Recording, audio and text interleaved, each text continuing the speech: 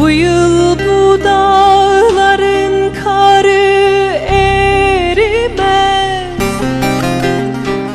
eser badı sabah yel bozuk bozuk. Eser badı sabah yel bozuk bozuk. Türkmen kalkıp yaylasına yürümez, yıkılmış aşiret il bozuk bozuk.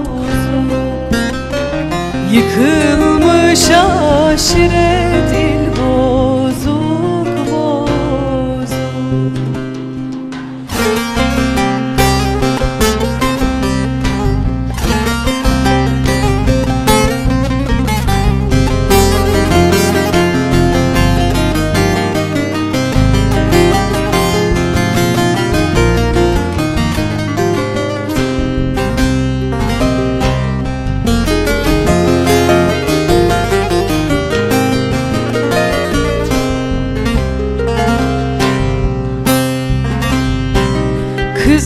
Kızılırmak gibi çağladım aktım,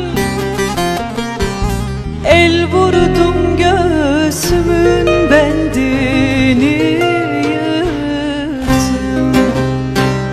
El vurdum göğsümün bendini yırttım. Gül yüzlü Ceren'in bağına çıktım,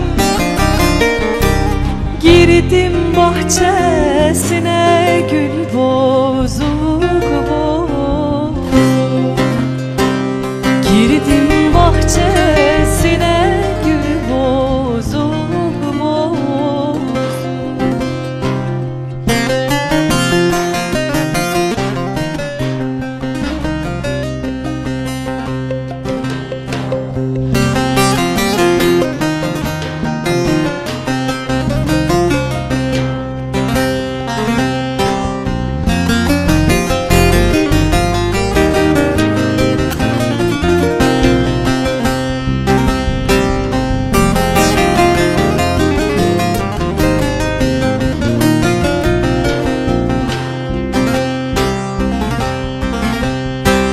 Pir sultanım yaratıldım kul diye, zalim paşa elinden mi öldü?